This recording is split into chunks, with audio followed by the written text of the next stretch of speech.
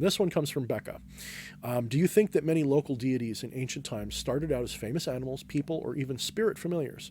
For example, there's been the recent case of the Riot Dog, a black dog with a red scarf, and he's become something of a local saint. Yes. End of video. Please like, comment, and subscribe, and check out the video description for links to my books available on Amazon Kindle and paperback, as well as my Patreon page. Thank you, and mind the shadows. Okay, let's let me be honest with you here. Abso-freaking-lutely. I think that this is probably the origin of, I don't want to say all, but I would say a number of the egregoric masks for the archetypal entities that are behind these masks. So without getting too deep into what all of that word salad means, essentially this is what I'm talking about. There is, if you watch my Beyond the Goetia, I talk about this. There is this idea that the universe is essentially well, here's the thing, I can't explain it all for you, but within the universe as we understand it, there is this idea called panpsychism, for one thing, that there is a universal sense of consciousness that has different spectrums, levels, and vibrations, and that human beings and other entities tap into this and express themselves as living beings. But independent of those bodies, you can have perhaps this expression as an external sense or force, and this consciousness is interfaced with the entirety of reality all at the same time. It is a fundamental force in some of these very scientific beliefs, mind you. They're often kind of fringy by certain skeptic standards, but they are still potentially true science, okay? So they're not that out there. And this sense of consciousness could be a fundamental force of reality that has higher and lower values. You know, a rock has a very low value, whereas a person has a much higher value, perhaps. But without getting too deep into that, this implies, perhaps, and it's my personal belief, my dogma, if you will, that our universe, our spiritual entities that we interact with are individualized archetypes of consciousness. They are archetypal consciousness that are individuated. They believe just like we do. They are kind of ego centers, okay? But they are maybe perhaps in certain cases more elevated. They're not confused about what their ego is. They understand that their ego is a mask, okay? And what this basically means is that we can create for ourselves and we create for everyone around us, though we don't realize it because we live in a rather objective material world, an ego mask that we interact with. So let me put it to you like this. When you talk to me, you are talking to an ego mask that I control on one end and you control on the other without you realizing it. I control what I put into it and it expresses to you something. However, you control how you perceive that interaction, and you can shape, color, and change everything by your own interaction. I'll give you an example. If I'm interacting with someone who's maybe a little paranoid, okay, maybe someone who's a little sensitive, maybe somebody who's a little easy to upset, and I say something that is not meant to be offensive at all, but they interpret as being offensive, their view of who I am is completely different than what I think it is, okay? And so at that exact moment, there are two of me, basically. There's the one that I am projecting and the one that you're receiving and basically reflecting back at me. So when I interact with you, I'm actually also interacting with a reflection of myself. All right, so that's out of the way. Let's apply that to this question.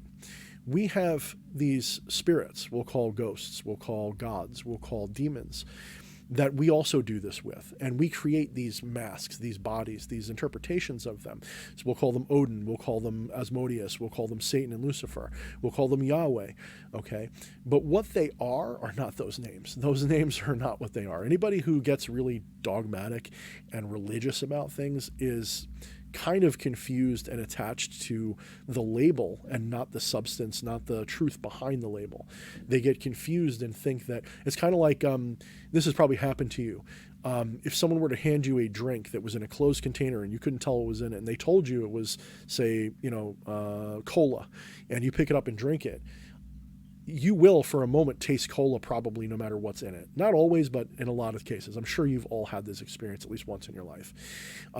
If you have that experience, then you know for a moment what it's like to have the ability to basically see things however you want, okay? Because you will believe for a moment that that's what it is. Well, these spirits work in exactly the same way.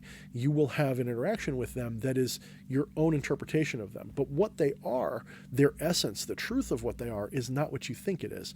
It is something indescribable, and I don't even know how to describe it. I've experienced it a few times, and when I work with these spirits, I'm sometimes aware that what I'm interacting with is like just an avatar. It's just a drawing it's an animated puppet that we both kind of control. Like I add to it and I give it like, oh, I want a mustache on it, that kind of thing. Like I imagine parts of it for it and then it puppets it for me, and I believe or disbelieve it, and so that can shape how it interacts with me as well. Okay, so this idea means that humanity in its way creates different spiritual vessels, different spiritual egregores. And these egregores can then be puppeted by potentially real consciousness. They can become conscious just like anything else. So when you have a dog, okay, that's become popular with the local riots and it's wearing its scarf, it becomes kind of like a saint. Over time and belief and people thinking things about it and having they reinforce their experiences of it. Every time the dog shows up, the riots are successful. People can get a kind of superstition about it. And this can create in turn a more and more powerful and true egregoric spirit that becomes more and more conscious as time goes on. This consciousness can develop over time, over a long enough period of time.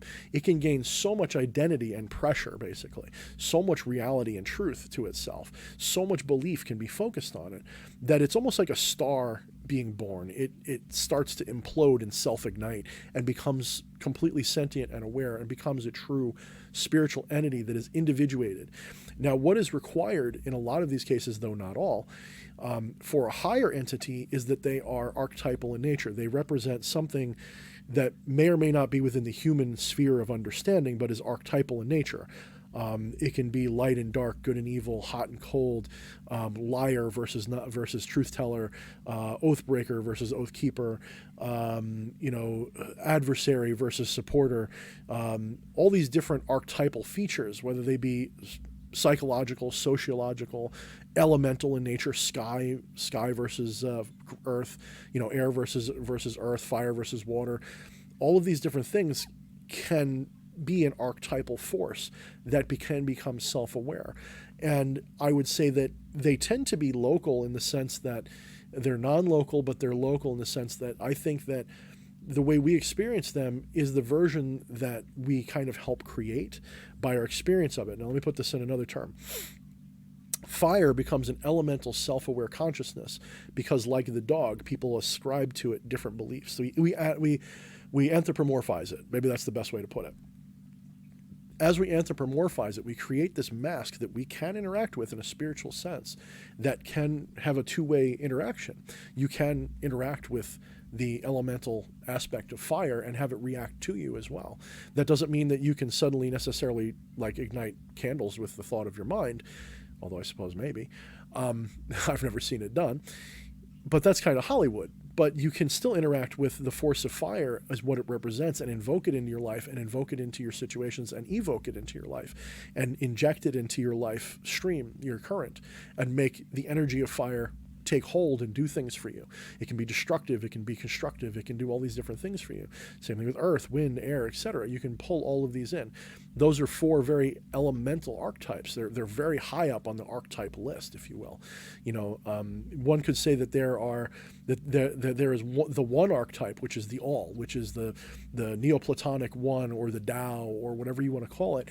This is like the first archetype. And even that, because it is an archetype, is actually kind of like the demiurge. It's kind of like the very first thing after the truth. And then you have, more and more splits, usually in a dualistic fashion. You have to understand that the dualism that you're seeing, of course, is just an illusion. But I'm getting way off on a tangent here. This dog that has become an entity, a spiritual entity, is essentially, it is kind of like sainted by the people that work with it, that believe in it, and can take on truth and become real and actually be interacted with. And somewhere in the great galactic, intergalactic, cosmological consciousness, there is a frequency that will merge and match with whatever you're believing about this dog, and will kind of take over for it, and it will become either an aspect of that archetypal truth, or just like a human being is just one avatar for this collective conscious entity field, and feel individuated. It can be individuated as the dog with the red scarf, but the dog with the red scarf represents the dog that's in every riot, okay? And so it's just one more face of that same energy, just like you're one more face of the same energy, just like Lucifer is the face of a certain kind of energy, just like Baal is the face of a certain kind of energy, just like Santa Claus is the face of a certain kind of energy, and Odin and all this other stuff. They are all faces of this, entity that is not infinite, but very large, if not infinite. So yes, human beings can absolutely deify anything. In fact, I have a working theory that all of the spirits we interact with maybe a few exceptions, are completely the product, or at least the things we think we're acting with, are completely the product of human interaction going back to primordial times when human beings were barely able to function as sentient beings. Maybe when we were still tree-dwelling apes, we began to split reality into these different archetypes, day and night, hot and cold, blah, blah, blah, blah. And as we split these things apart, as our own consciousness elevated and our biology was able to interface more and more with this consciousness field, it's also able to create and interact with it in such a way that we can create more masks that we can assign to these different energy forms. And as we do so, they become more sentient. This is why it's so important for these entities to have believers, followers, worshipers, whatever you may call it. And why Yahweh can be such a powerful, obnoxious bastard in the eyes of many occultists. But it's not necessarily that the spirit is evil. It's just that it's a very well-fed, fat behemoth sitting there who just is greedy and wants more prayer energy, and in return it gives its energy to the people who are worshiping it, gives it the occasional scraps off the table and says, yeah, sure, you're giving me all this energy, I'll make a miracle happen for you now and then. In fact, I think that I've said this before, that the priesthood and some of the people who are true believers and understand this stuff on the higher levels, they know that they're using spiritual energy, that Yahweh isn't going to damn them or send them to heaven or anything like that. They know that they're using this energy. It's a very occult practice, and you just never know it. The Vatican, for example, they probably know what they're doing in a very magical sense. And if you saw behind closed doors what they really do and believe, you might be kind of going like, wow, it's kind of amazing. But that's just my conspiracy theory, if you will, about that. It may not be true. Going back to my point, though, humanity over time has essentially, by interacting with its environment and making up stories and superstitions around it, and personifying and anthropomorphizing these forces, has kind of created these egregoric mess that become gods and devils and saints and demons and angels and elves and fairies. Everything you can imagine. It's an explosion of life, if you will. And the consciousness of the universe loves this because it gives it more ways to interact with itself. These are more spiritual, but they still have elements of themselves interfacing with the material world. If you have, a god of lightning, if you personify lightning, if you anthropomorphize lightning, then the consciousness of this creation will become like lightning. And it won't necessarily be the actual material mundane lightning, but it will take on the aspects of lightning, and it will act like it in your spiritual practice.